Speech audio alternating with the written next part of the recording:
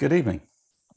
I'm Councillor Graham Bridgman and I am Chairman of the Local Outbreak Engagement Board. I'm also Deputy Leader of the Council and I hold the Health and Wellbeing portfolio.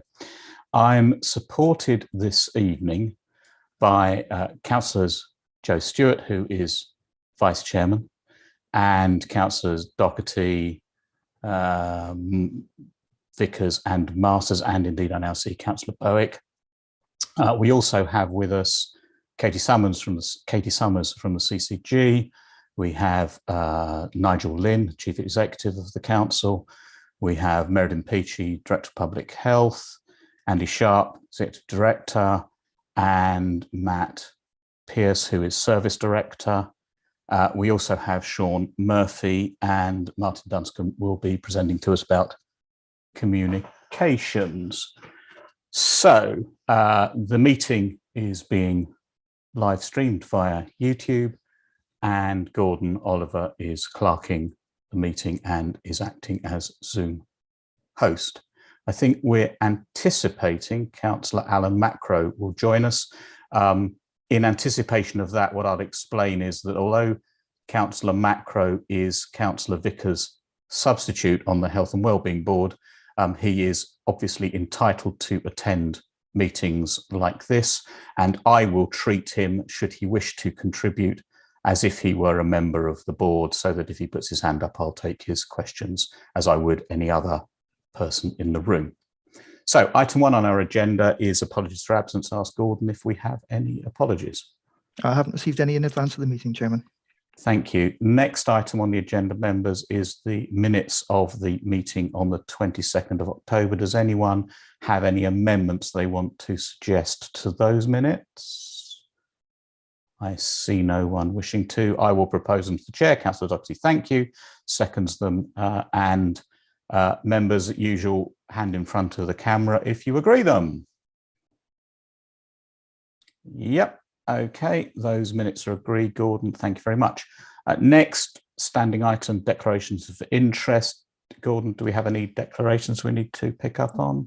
I haven't been informed of any, Chairman. Members, has anyone got any particular declaration they want to make? No, I see nobody itching to speak. So, members, just to tell you, I'm going to subtly change the order of the agenda because Katie needs to get away. So we'll take the vaccination item first. Then Matt would come naturally. He would normally come first. He comes naturally second in this scenario with the situation report. But because Matt has also got to get away, possibly depends on how this meeting runs, we'll take the question, which is essentially item 8, future items, more the question of whether or not to keep LOEB standing up at that point and discuss it then. So I'm going to take item 8 immediately after item 4, which I'll take immediately after item 5, if you follow my drift. So let's kick off with item 5, vaccination programme update. Over to Katie, and I think you're going to share your screen, aren't you, Katie? If Gordon lets you. If Gordon, if that's okay. Perfect. Okay, so I'm here today to give an update about the vaccination programme. What I'm going to share with you today, I'm just going to put this on the large screen because it's easier to see, if I can.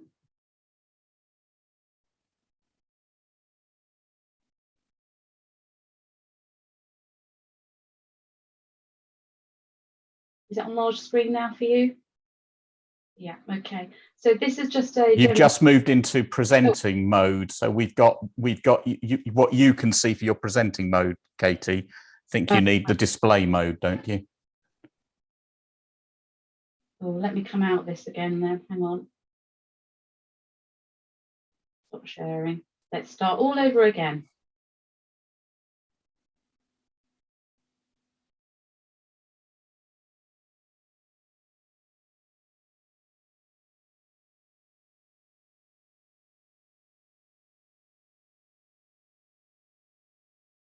That looks more like it.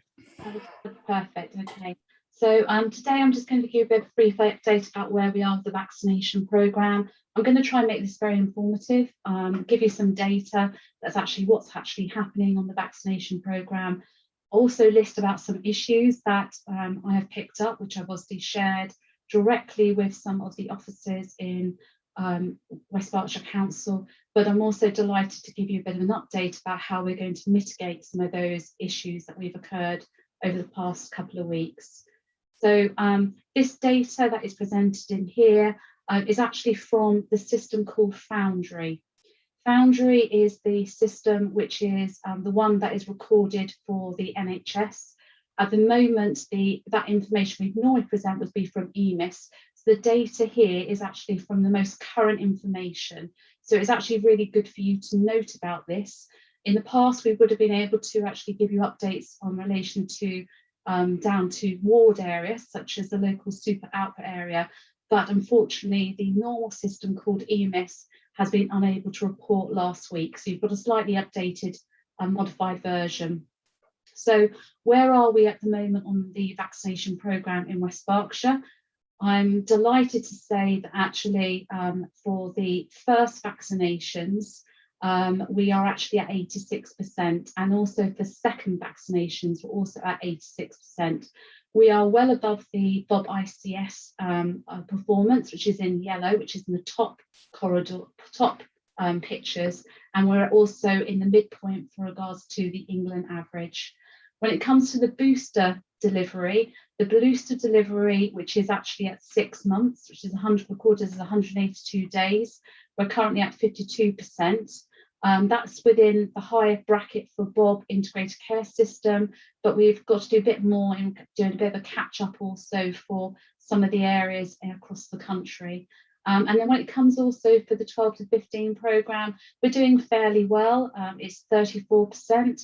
I would actually recognise that actually for our area, we've got to do a bit of catch up with Bob. Some Oxfordshire areas are a bit higher than us, but I'm also delighted to say that we're going to be doing some catch ups in West Berkshire Community Hospital the week after next to allow those people who haven't been vaccinated 12 to 15 actually to have the opportunity to come in and actually get their boosters.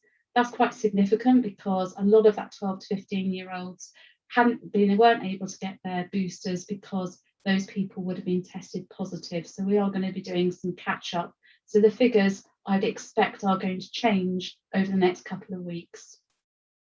This has been an update regarding flu because I thought it would be really good to give you not only about COVID, but flu as well. So on flu in West Berkshire, currently for the over 65s, we're doing very well. It's 71% of the people have actually been vaccinated.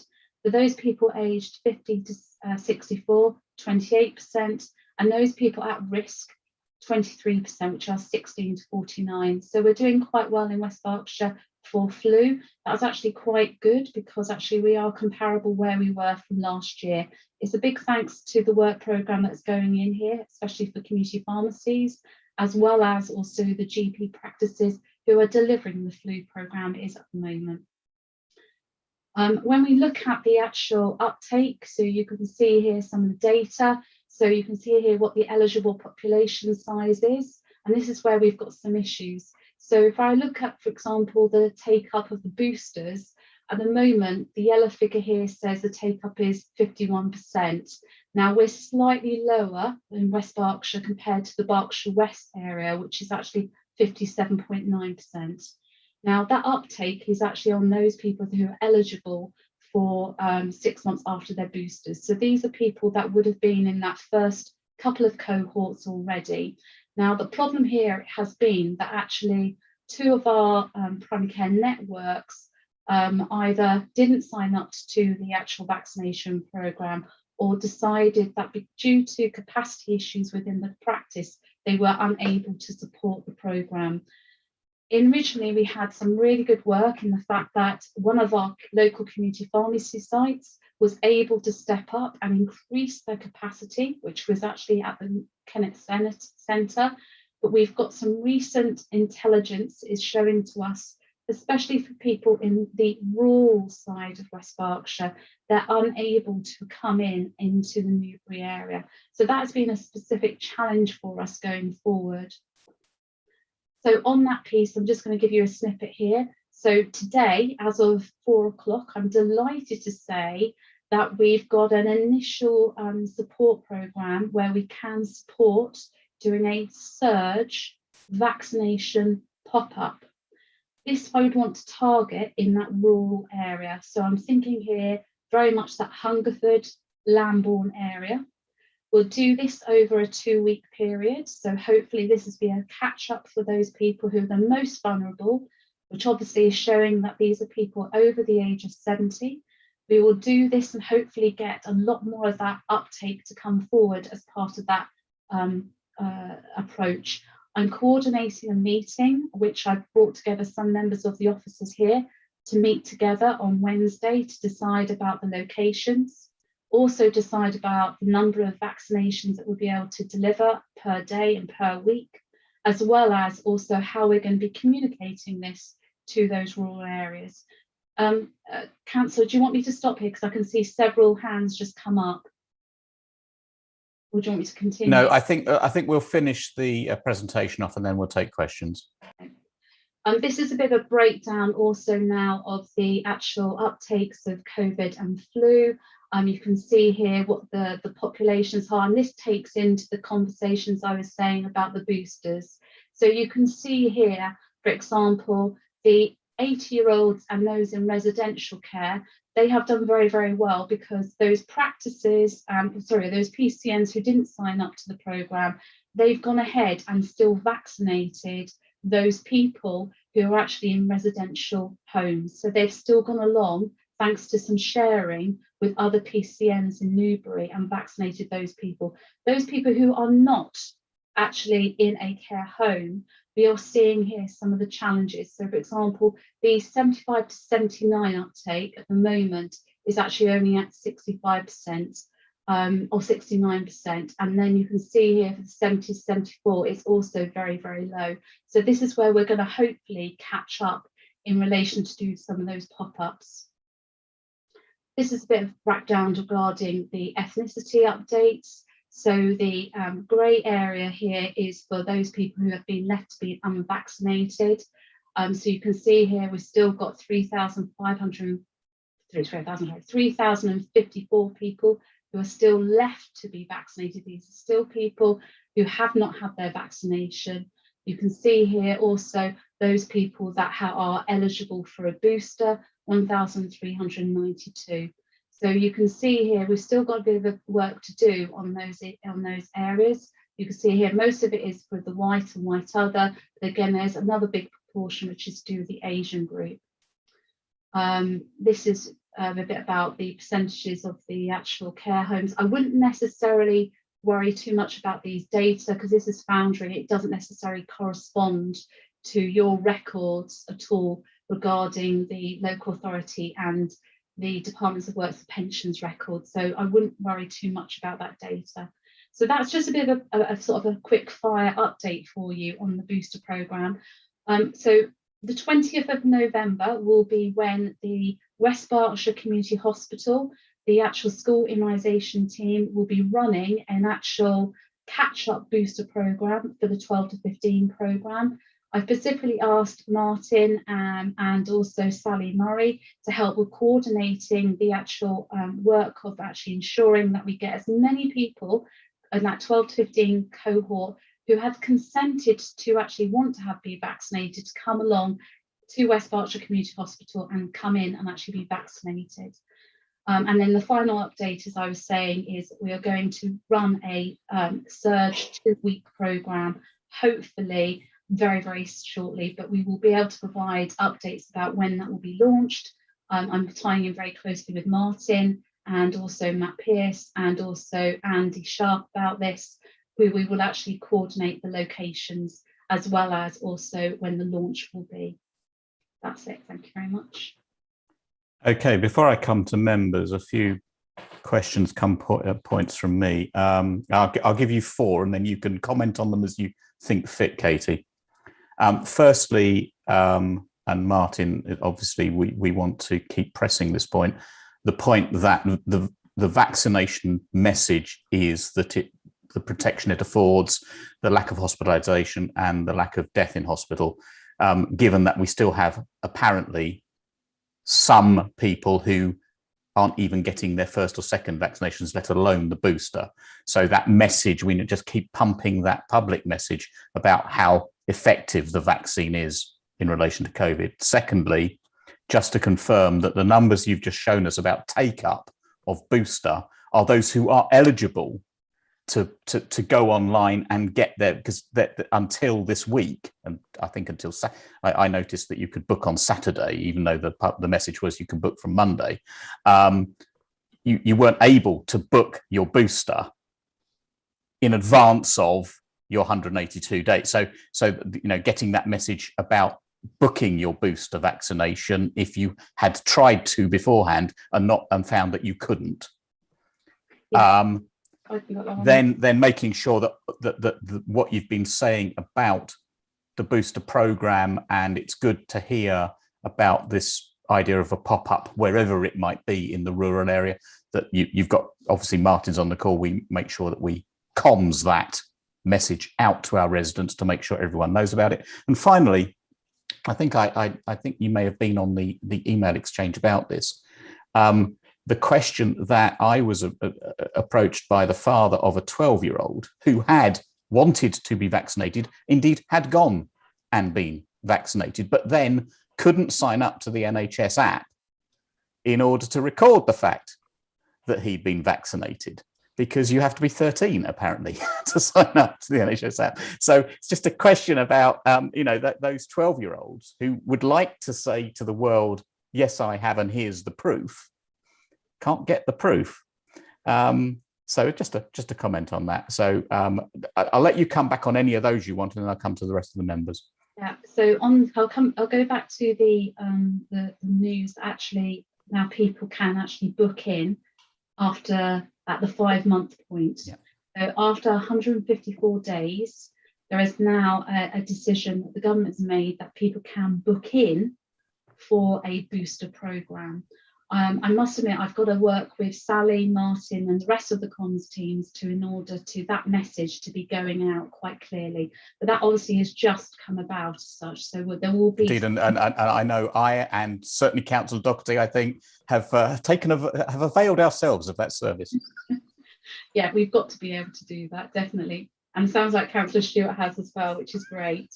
So we'll do some comms on that piece. I think that would be really, really helpful.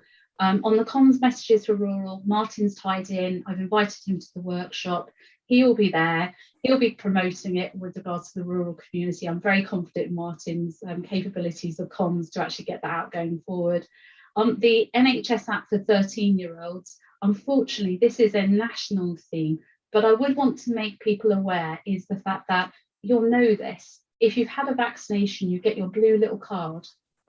That is almost like your little passport. So even the 12-year-olds get that blue little card as such. I know it's not necessarily electronic. I have to say, I don't think he was offered one. So maybe that message needs to go back. I'll go. Okay, let's come to members then. Councillor Doherty. Thank you. Katie, thank you. Really sort of a couple of questions.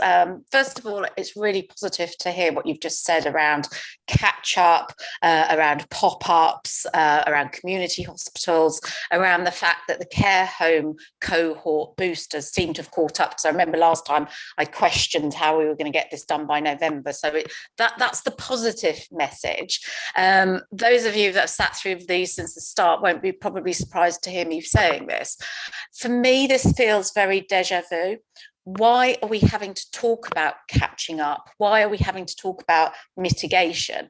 And it does feel to me like this is becoming a postcode lottery, the same postcode lottery that we experienced at the start of the COVID vaccination programme last time round, where PCNs that are allowed to choose whether they get involved in these programmes or not. And therefore, our residents are disadvantaged if their PCN chooses not to get involved. And we have to then look at mitigations, catch up and everything else.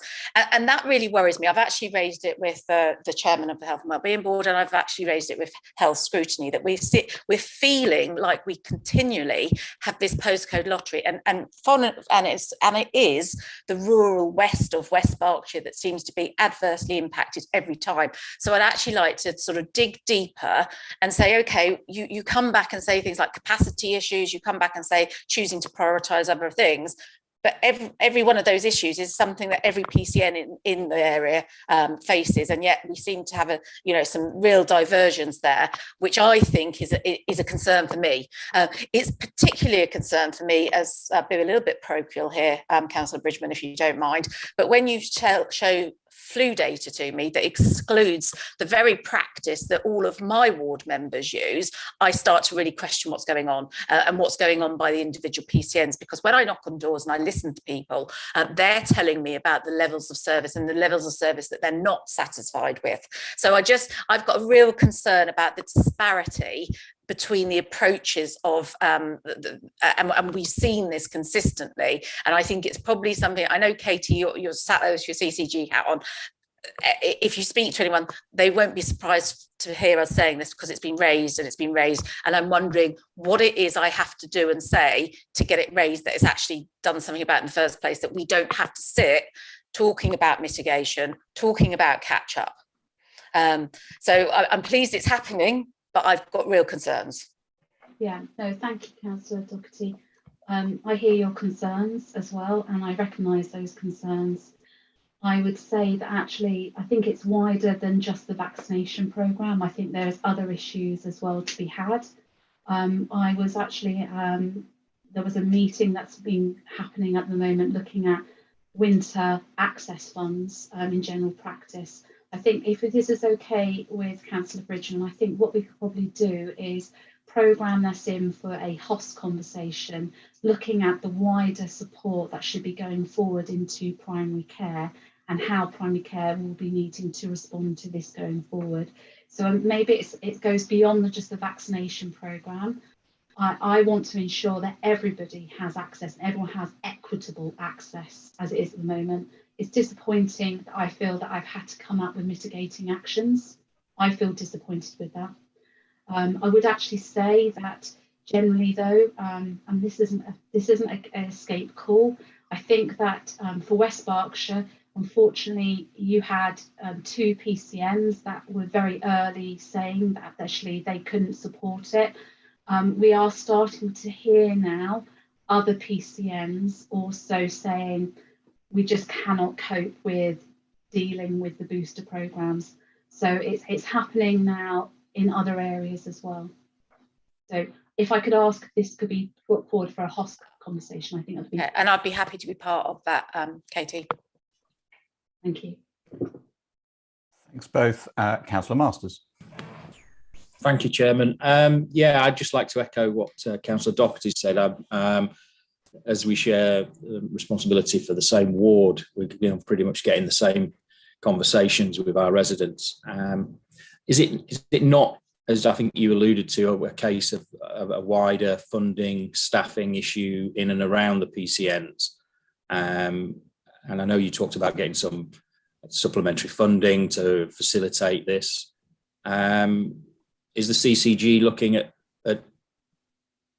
in terms of not just doing the mitigation in terms of the road shows and the pop-ups, but actually looking at the way the PCNs are funded and supported to recruit more GPs, more support staff, etc.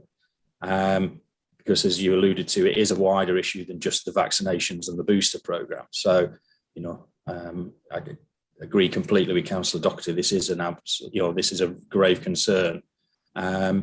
Could you just reiterate which of the PCNs and the wards where and the areas that are going to have the pop-ups? So it's Kintbury, is Speen ward where Councillor Doherty and I, is there an issue there that we need to be having pop-ups in and around the ward directly? And it's fairly urban for a large part of the, so it's doesn't fall into your rural catch-all. But I'm very aware that Kintbury and Hungerford, and Downlands, etc., are of grave concern. So, when will we have a detailed plan? I'm hoping you'll have a detailed plan regarding what's happening with those pop-ups by the end of the week. At the moment, what we're seeing is it tends to be the lower uptakes tends to be in the very rural areas. It's not necessarily urban.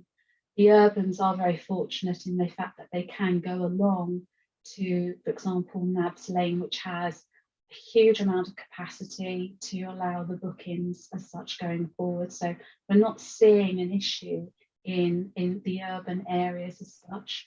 So I think that's quite good to know. We also know that, for example, which some people might choose to, some people like to have that opportunity of just walking in. And so we do know that the Broad Street Mall, which is in Reading, some people might choose to have that opportunity to go to the Broad Street Mall when they want to. And it is a walk-up functionality rather than having a booking.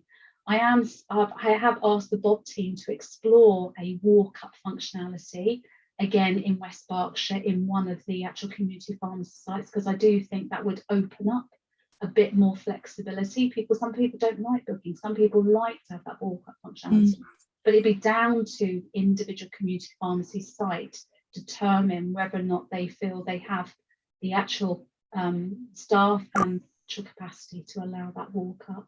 But I think it's, Councillor Masters, I think it's a bigger issue about what's happening regarding primary care. This was talked about quite recently at the Health and Wellbeing Board as well. So I think it's a wider thing that actually is talking about what's happening in primary care, how people get access to the services, and also what people need to be doing, as well as all the different, what they call them, additional staff, such as paramedics, pharmacists, other community navigators, who actually all these practices are now employing. So it's moving away from just having it as just GPs, that the people need to be aware of, people need to be aware of the issues, that fact that they can get extras dealing with their clinical needs through other resources as such, but actually within practices. But I think if we can talk about this in a HOS meeting, I think that would be helpful. Yeah, I mean, if that can be circulated, I don't know, whether I'm entitled to be at that meeting or not, but it's certainly some feedback and information. Just about the Broad Street Mall in Reading, if you've got issues about people in rural areas in the far west of the district, and they can't get to Newbury, for example, or they're not going to be able to get to Reading. So I think it's quite urgent that we do find some way of supporting that on a more permanent basis. Well, I'm hoping I'll have an update by Wednesday, and I will share this with Gordon, so we can share this around other people. I don't know what the update is going to be. I'm hoping it will be positive, but we'll have to wait to see. Thank you. And Councillor Vickers. Thank you for that. Just to echo to some extent what people are saying, that there seems to be an expectation, particularly among older people, that whenever you say vaccine, you go to your GP. And now we know that this isn't the case, that the GPs, you have to go to other centres. And I think there is a confusion. Healthwatch have produced this little card. I don't know if anybody's seen it. I picked up some the other day, and it's very useful because it lists on the back all the places really throughout, not just West Berkshire, Newbury, Mortimer, Lambourne, Reading, etc., where you can get your jab. So I think something like that is really useful for people. Just to say about Boots and the Kennett Centre in Newbury, which I've experience of, they were offering walk-ins. Boots had put out that they were doing walk-ins, and I had some feedback that somebody who was attending an appointment, people were coming in for walk-ins and being told, no, we're not doing that anymore, and sending them away. And that's extremely dangerous. Once people have turned up at a venue and they are turned away, possibly they won't come again. Kennett Centre were doing walk-ins. I think they have had to restrict this because they were getting I actually did a walk-in at the Kennett Centre. I went to make an appointment and they just did me there and then because they had a practitioner on duty. They hadn't started their fixed appointments and they just said, we'll do anybody that's around until we actually start our appointments. So I was very pleased with the service that was offered there. And I think they're looking for a bigger premises so they can offer more walk-ins. So I echo what you said about the real importance of walk-ins, because not everybody will make an appointment, and many people will just go in as they're passing, and to grab them there and then is just so important. And also, I hope people realise, and that it's happening, that you can get both your flu and your COVID at the same time. Because once you've got somebody in there, you jab both arms and then they're done and dusted. So I hope that is happening and that people are happy for that to happen to them if they're offered it. I've got a couple of little issues just about things that have been publicised at a national level. I'm hoping they're not happening here. We've been hearing about vaccine protesters outside schools. I hope that's not happening here. And also there's been some issues with pregnant women refusing vaccines. And there was something in the paper just today about a pregnant lady dying. And also I hope that, I think we've touched on pregnant women and concerns before, and I hope that, you know, we are accessing midwives and getting information across, and that again, that's not happening here. Thank you. So but Katie, before you come in, if I may, couple of comments, and you can correct me if I'm wrong, Katie, please do. Firstly, the card you've just shown, Matt tells us that that was produced by the council. So that's actually a council document, which is being obviously publicised by Healthwatch, but it's good that the council has published it. Secondly, the comment that if you book online, obviously those venues that are on the back of the card pop up as being closest to you or not, as the case may be. So you can choose your location by postcode, but that would, you mentioned Mortimer Pharmacy, and I know that that is clearly one of the locations because it was offered to me. So over to Katie to comment on anything else that was said. Thank you, Councillor. No, I was just about to say exactly what you were saying. I think actually most people, they can go through to, if people want to do a walk up, they go through a system called Grab a Jab, and that's a national website where anybody can look up, put in a postcode, they can see where their nearest walk up functionality is. It's done week by week at the moment. We can get, I'm sure Martin can get that out to you all, so you can actually promote that as well if you wanted to within your local areas. It's a very good website. It does tell you all the locations that are available, and it changes week by week as such, because it depends on what actual capacity that site actually has. On the relation to anti-vaxxers, yes, they are present. There have been some, we were aware that one of the potential West Berkshire schools was actually potentially going to be hit last week. It didn't happen that I'm aware of, but just to make you aware that there is a lot of noise about the anti-vaxxers. On pregnant women, I'm delighted to say that the Rural Barks have done a fantastic poster and communication out to all expectant pregnant women and those women who've also recently had a baby. And that is a very informative poster that actually tells people about what to expect and why it's still very important to actually have their booster. So there's a lot of communication that is actually already out there that is being promoted for the pregnant women. Thank you very much. Thank you. Thank you both, and thank you, Katie, and we now release you. Thank you. I'm going to Wokingham Hospital now. Thanks so much. Enjoy yourself. Over to Matt to do the COVID situation report. Matt. Thanks, Chair. So I haven't got too many slides this evening. So first one, just a summary table you'll be familiar with. I think the overall picture is that our rates have improved considerably since we met a couple of weeks ago. So again, West Berkshire is just highlighted here in comparison to the other local authorities across Berkshire. We have the South East and England at the bottom. So in terms of our testing rate, it's very similar across Berkshire. West Berkshire is around 640 per 100,000. That's coming down, as is all the areas and the regional and national average. Positivity is still really high though, so I think it's important to make that point. So that's the proportion of people that are going for a test that are testing positive. So about 1 in 10, it's about 11.5%. But again, we're seeing a reduction in positivity across most of the local authorities, with the exception of Wokingham and Bracknell Forest. Our rates, as you recall, a few weeks ago was in the region of around 950 per 100,000, the highest ever been.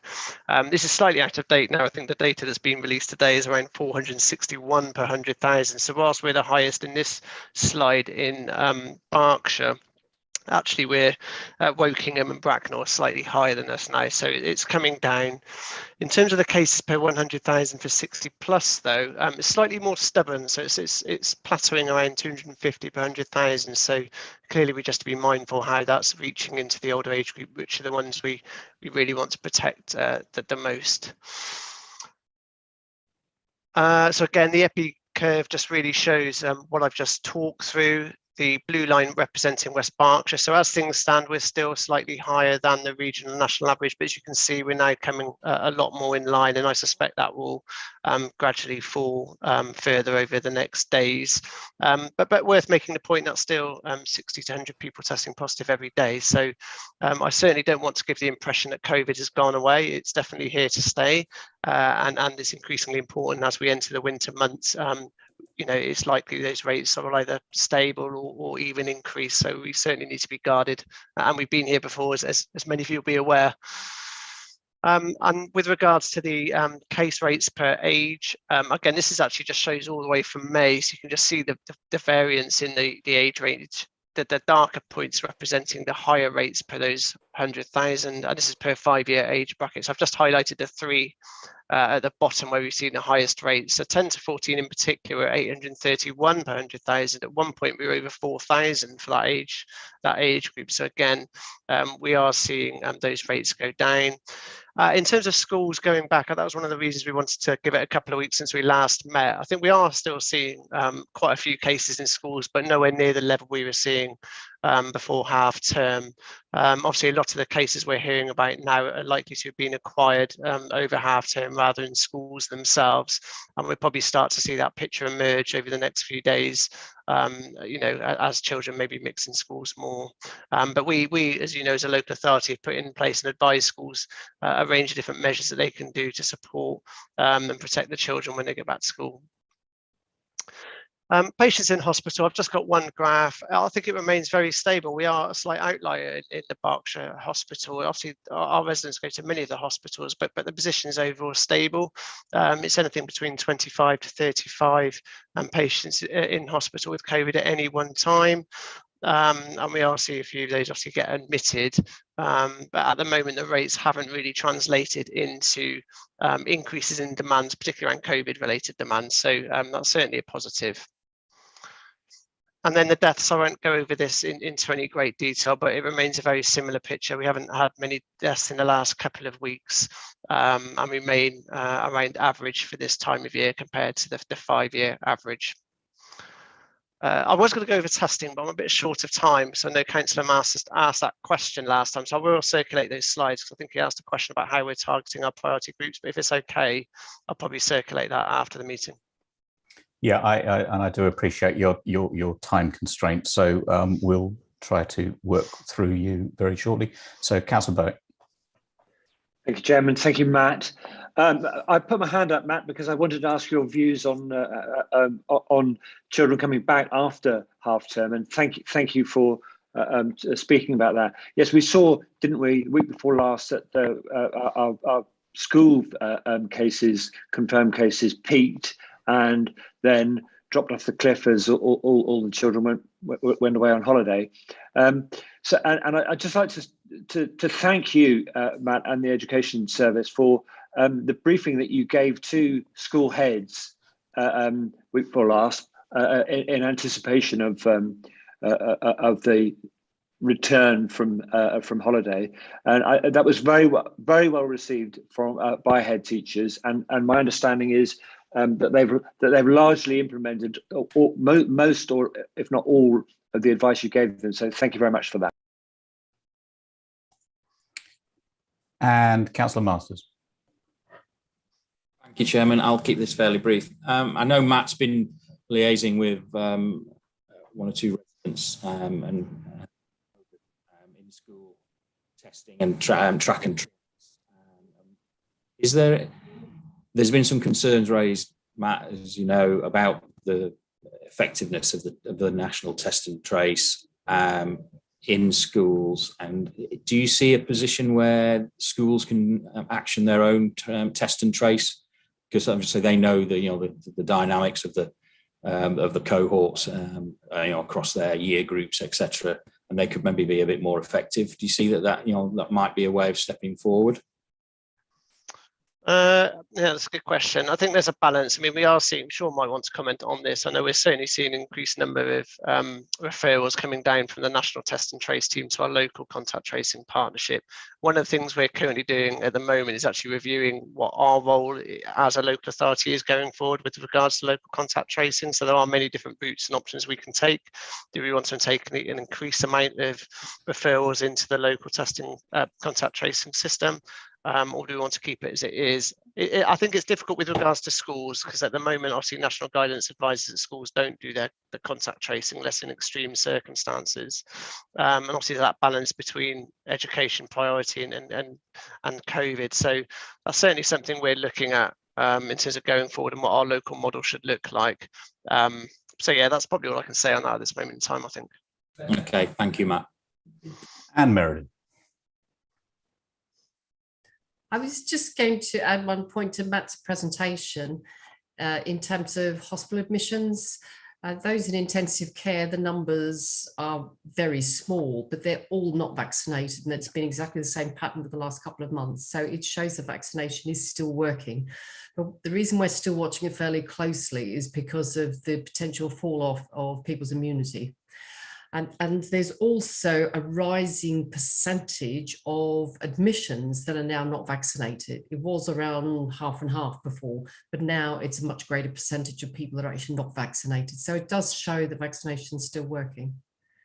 Indeed, and certainly that was the reason I picked that up with Katie. And I know from a conversation with Joe Reeves that there was an intention to gather anonymized data, and obviously the problem is if you have small numbers in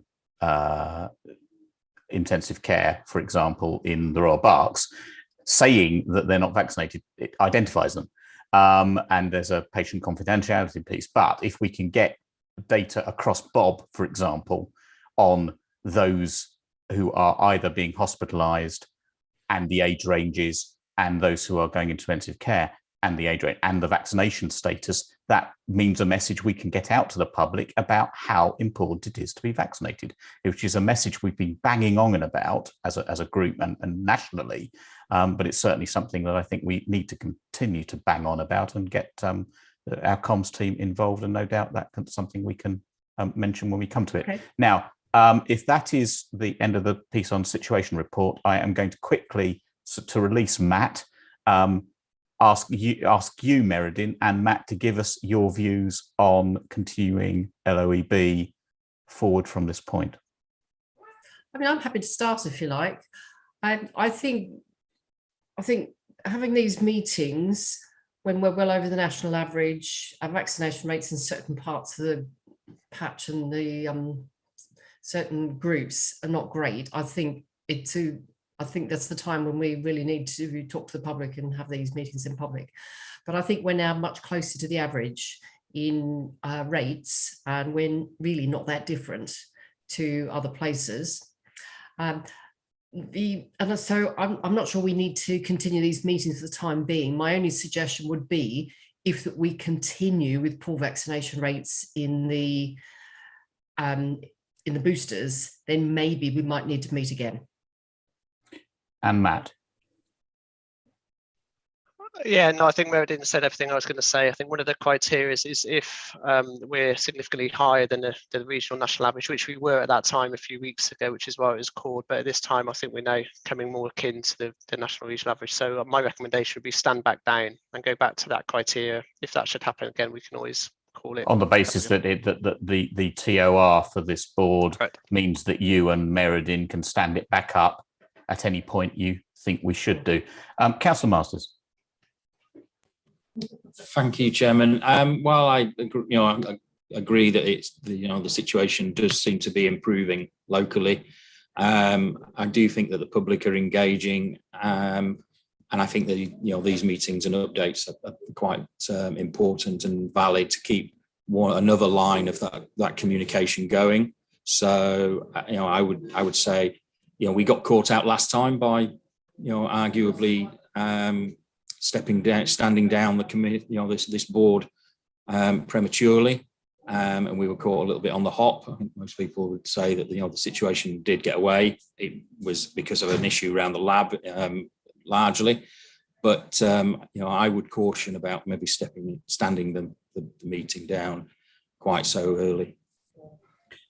Okay, I'd respond to that by saying I actually think that the opposite is true, that the TOR proved effective. In other words, the board could be stood back up when something happened very swiftly, and was stood back up by not by me, I have to say, by Matt, suggesting to me that we should stand back up, and of course I went along with that. So I take a subtly different view to you on that aspect of the lab issue, but I'm looking for other members to give their views. Councillor Doherty. I'd entirely agree with you, Councillor Bridgman. I thought actually the process that we've put into place really works, that we go on our Director of Public Health's recommendation as to if the board's up or down, and we stood it up immediately, and that worked really well. So I have no issue with that, and I'm happy to follow Matt and Merredin's recommendation, because I think we've got lots of different communication channels available to us, and also I'm conscious that when we really want to get a message out there very quickly, we need to be able to make sure people are tuning in. If we keep going and we haven't got anything new or new messages to give, we lose that attention.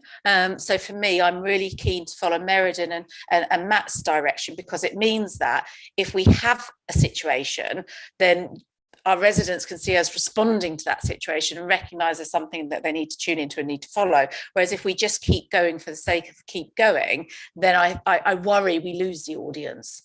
So I'm supportive of Matt's and Merredin's suggestion. And Councillor Vickers. Yes, I mean, I'm obviously have confidence in our public health advisors, and I'm happy to follow what they say. I wasn't quite sure what Merredin was saying, which I thought she was possibly saying that maybe we extend the period of the meeting. Maybe we could have one another couple of weeks, and then we can sort of, or provisionally book a date, because possibly the problem is if we suddenly decide we want one, there isn't much notice. If we want to be looking at numbers, because we are getting to a really difficult time of the year when when we're expecting more illness, and the boosters are really quite low, the percentage, and they need to be getting higher. So we need to sort of keep an eye on this. If we don't want to meet in a week, maybe we should meet in 2 weeks, possibly a compromise, and then if it's if the figures are fantastic, we have a very short meeting. But I'm a little bit uncertain about just saying, oh well, everything's all right, because it isn't all right. And but I'm happy to be guided by Merredin and Matt.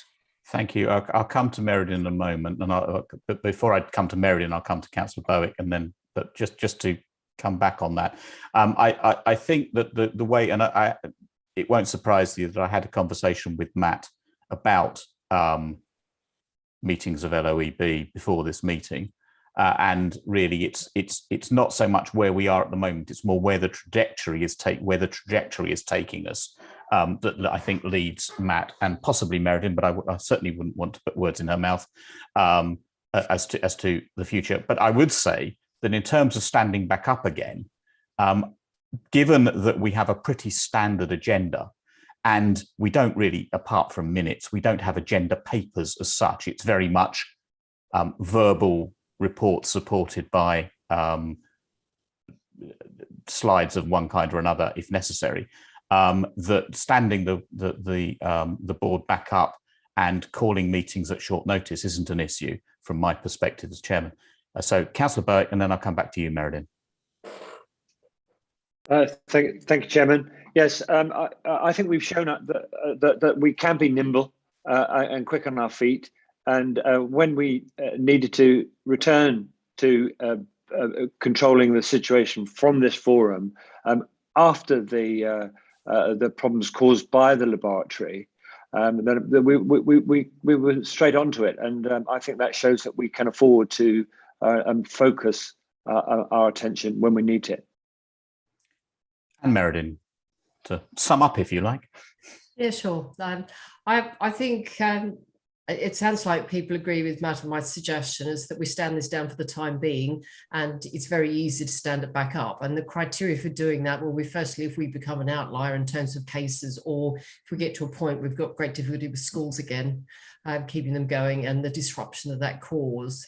And the other one is if for some reason our vaccination rates fall off, we might need to meet again. But I'm not expecting that, because I think there's a lot of measures that have now been put in place to make it easier for people to get vaccinated, particularly for the boosters. So I think that would be my suggestions, and I'd take Councillor Doherty's point that I think we need to keep on with the interesting communications. And I have to say our communication colleagues have gone to extra lengths. I mean, Martin's department's done amazing things to come up with different infographics, different messages. And the one that we've just suggested is that with our pop-up vaccination centre, whether our comms colleagues could do some billboards to go alongside it to remind people about good hand washing and wearing face coverings. Because even though it's not mandatory, it is actually a good idea. And Scotland, I have to say, their rates are lower than all of England. And they have, I think they've got mandatory face coverings, but they do more of it than we do. So those billboards might remind people, actually, if you follow all these hand washing and hygiene measures, you might actually stop yourself getting flu. So it's sort of a double message. So that's the suggestion we've put forward. Councillor Burke, is that a legacy hand? It is. I see him putting it down. Councillor Vickers. Yeah, just quickly, I wasn't sure whether we were going to cover other measures later on in the agenda, but I'm glad we didn't raise the issue about preventative measures, because I just hope we could do a little bit more about encouraging, particularly mask wearing. One sees older people in the community pretty well wearing masks, but yeah, I don't know whether I mentioned at the last meeting, I went to Scotland for a holiday, and, you know, immediately you're over the border, you see the difference between us and Scotland, and it's quite worrying to sit on a train surrounded by people not wearing masks, the same on buses. And I just think we could do a little bit more to work with other agencies and encourage people to wear masks. I know I'd love it to be sort of legislation again, but we can't do anything about that, but we could possibly push it a bit more locally. So anything we can do to make people think about that, I think we should do. Yeah, I do think we discussed that last time, and indeed Martin picked that up, and I think he'll pick it up again. So okay. We'll come to that when we get to comms. So members, look, I think we will stand down until Merredin or Matt or both of them want to stand back up. It is within their purview under the TOR. So that's, I think, where we are. I'm not going to take a vote on it. I hope we don't need to sort of vote yay or nay to that. But if anyone violently disagrees with me on that, please put your hand up. Okay, let's move on. Right, we move on back. We're now back on the agenda, if you like. So public protection. Sean, update, please. Thank you, Chair. I'm conscious of time, so I'll keep it quick. So just picking up from where Matt was. So Sean, as long as Martin is conscious as well, we'll all do well. Yeah, so just picking up from where Matt was, we are looking at the local contact tracing model now, because there is clearly an increase in the number of cases that are being referred to as locally. So although the number of rates, although the case rate has fallen, as Matt indicated in his EPI report, we've still dealt with over 400 local cases for contact tracing in the last fortnight. We've still had a very high success rate, so just I think about 317, so 78%, which is really positive given that these are the cases that the national system weren't able to contact. So we are looking at to what extent local tracing may provide a solution basically to this, and we will be coming forward with some proposals for that in due course. So it's very busy and continues to be so. In terms of isolation calls, we're running at around about 800 to 1,000 a week. So again, that's still a fair number, but we have been able to shore up some of the staffing within the Public Protection Service around contact tracing and isolation calls. And this is what is allowing us to look at the options again around perhaps moving to taking more of those calls locally and a kind of more enhanced local offer.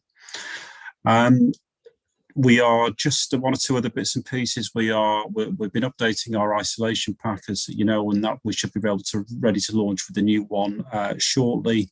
And we are being in touch with, we are contacting local businesses as well around high risk settings in terms of reporting cases and clusters of cases within business settings. And the reason for doing that is so that we can actually assist those businesses with advice. We do actually look at coincidence reporting or incidence reporting in any case, but what we like to try and do basically is where we do identify clusters or outbreaks in a workplace setting is to visit and provide that advice where we can. Just in other areas, basically, I think the key one for us now is events. There is a busy event period coming up, and we have been working alongside colleagues from public health to provide advice on a whole range of things, from the fireworks that took place at the weekend through to the Remembrance Day events, which will be taking place in the coming days. And then on to the Christmas events that we have lined up, the Victorian markets and Christmas light switch-ons and the like. We're still finding very high levels of cooperation with event organisers, and as Councillor Vickers said, I mean there is still a lot of encouragement for the public to take measures, but obviously basically it's up to the public whether they take those measures now, given where we are. But we are working with event organisers to make sure that they at least have a risk assessment in place, and that risk assessment is properly implemented. So that's the kind of public protection update, Chair. I'm happy to answer any questions. Thank you, Sean. Councillor Stewart. Thank you, Sean. I'm hoping you can hear me all right, because I've had some problems. Good. Apparently I sound like a Dalek sometimes. Sean, that sounds like I'm quite surprised about the number of calls that you're still getting through the hub. Are there any sort of themes that are coming through, and are we able to sort of feed those themes through to our communications team, so maybe that they can help address those, and not sort of cutting off the route to come in via the hub calls, but to supplement and enhance, and get the message out wider by doing additional comms as well, perhaps? Yeah, so just to confirm, when I talk about 800 to 1,000 a week, they are the calls, primarily the ones that we are making. We're still receiving calls into the hub, and those calls obviously rose over the last if you go back 2 or 3 weeks, basically they rose as a result of the lab issues. And as you're aware, we did open the hub that weekend after we became aware of the lab issues. That's what I was thinking of, yeah. So what we're doing now primarily are calls to people who are isolating, basically to see whether they need any support. And we're still finding a number of those do need support, and we're still referring those people onto the relevant agencies. It is a popular service. I mean, what I would say is that the vast majority of people that receive a call from us are very positive about the fact that they have received a call, even if they don't need any support. I think they just like the idea of knowing that somebody's actually thinking about them. And so, we have already extended that as a service through until the end of next March. The funding is in place for that, and our intention is to continue with that, so that we just don't let anybody hopefully slip through the net who does need support from the council. Especially at this time of year as well. Yeah. Thank you. Councillor Masters. Thank you, Chairman. I'd just like to give my personal thanks to Sean and his team. With the increased rates over the last few weeks, it's clear that his team are going above and beyond. So I'd like to put on the record that I think we need to recognise that team's working extremely hard on a daily and hourly basis. So thank you, Sean, for that. Are there any particular, as Joe alluded to, in terms of the tracing, why do you think, is it the local track and trace, the tracing that you're doing being more effective? Is it local knowledge, trust in the council, trust in your team by people, or is it the wider national test and trace is just not necessarily reaching the people that we need to? First of all, thank you for your kind words, and I will pass those back to the team. Councillor Masters, really appreciate that. And I think there could be all sorts of reasons, really. I think there are clearly changes going on with the national system, and I'm not sure about the details of that, but there are clearly changes going on. But I think there's all sorts of things.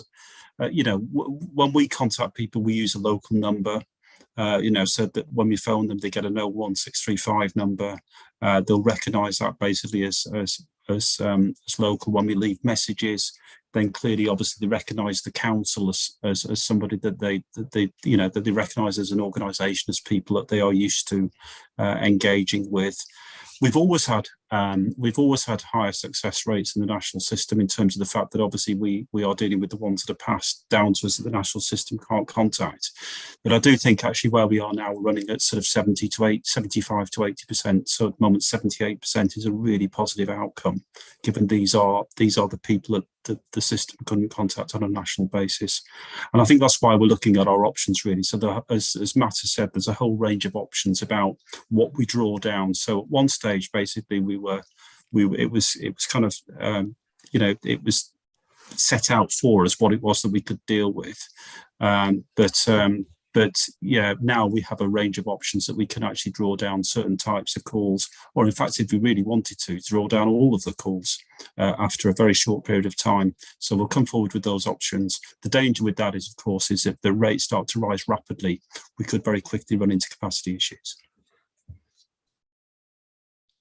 Right, thank you both. Martin, we move on to comms update. You've heard my comment on time. Over to you to rapidly run us through the comms update. Lovely, thank you very much. And I shall do my best not to intrude too much upon your evenings. So I only have four slides to share with you today. So when I was here last time, I said that we were doing some work, having a look at our website content, making sure that what we had was still useful and relevant for local residents. It's been up 18 months now, our COVID section, and had grown and evolved, and I think it's time to have a look at making sure it's still fit for purpose. So we're going to be doing some work on it this week, just to make it easier to understand for residents and simpler to navigate as well.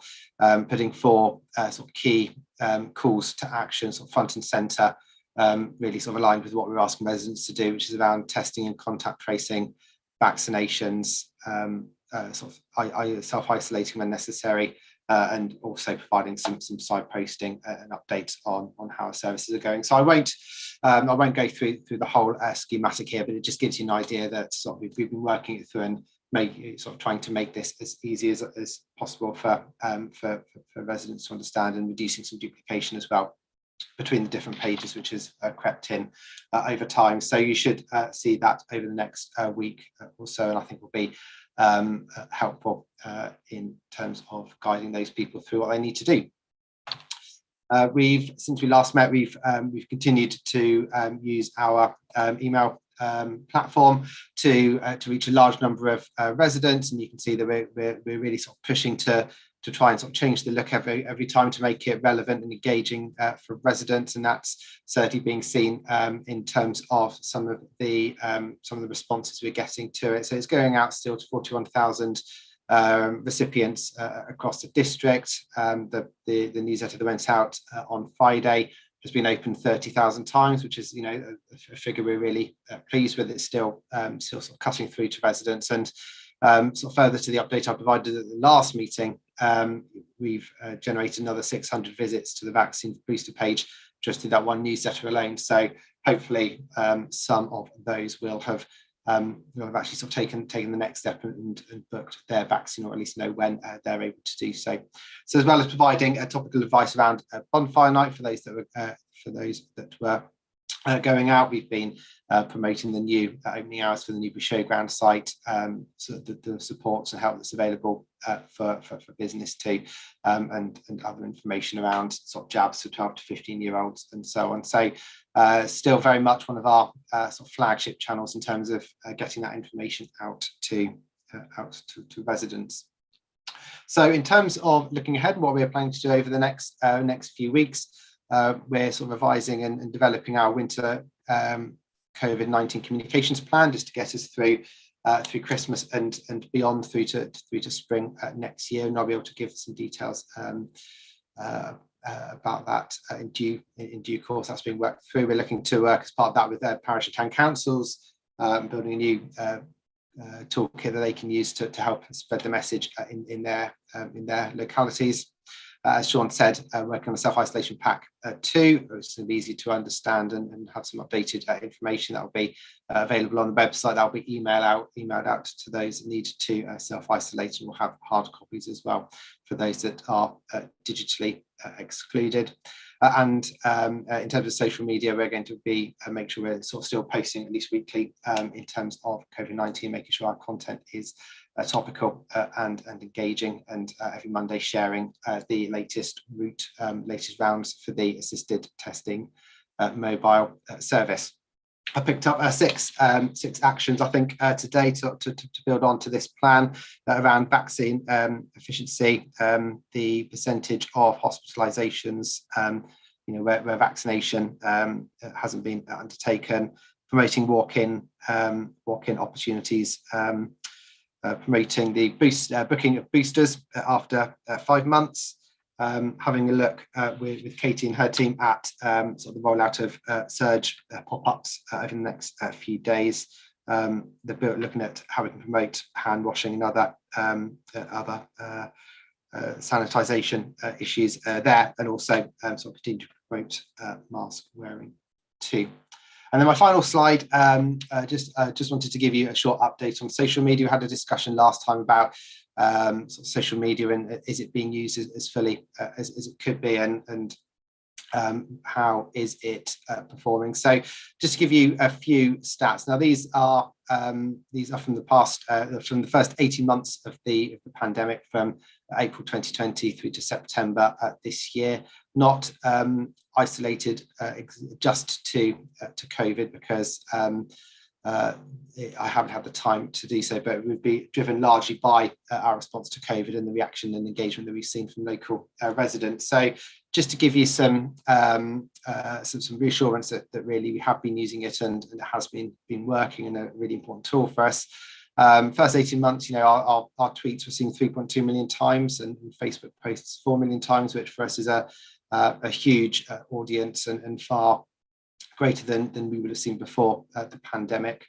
If we were to look at sort of September in isolation, and to benchmark that against previous years, in September this year compared to 2019, our engagement on Twitter has doubled, which is really great. We built an audience and we're keeping them, and Facebook posts are being viewed 3 times as many times, which is really good. And we have done those paid for ads that we were discussing last time, 2.7 million views of those ads on Facebook and also on Instagram just this year.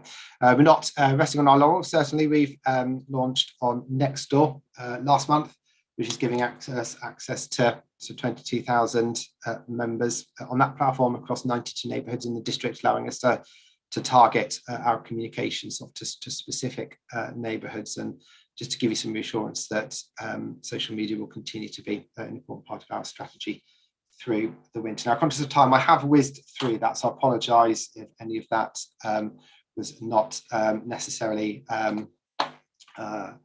as detailed as I was presented it, but happy to take any questions on that, or indeed anything else I haven't covered.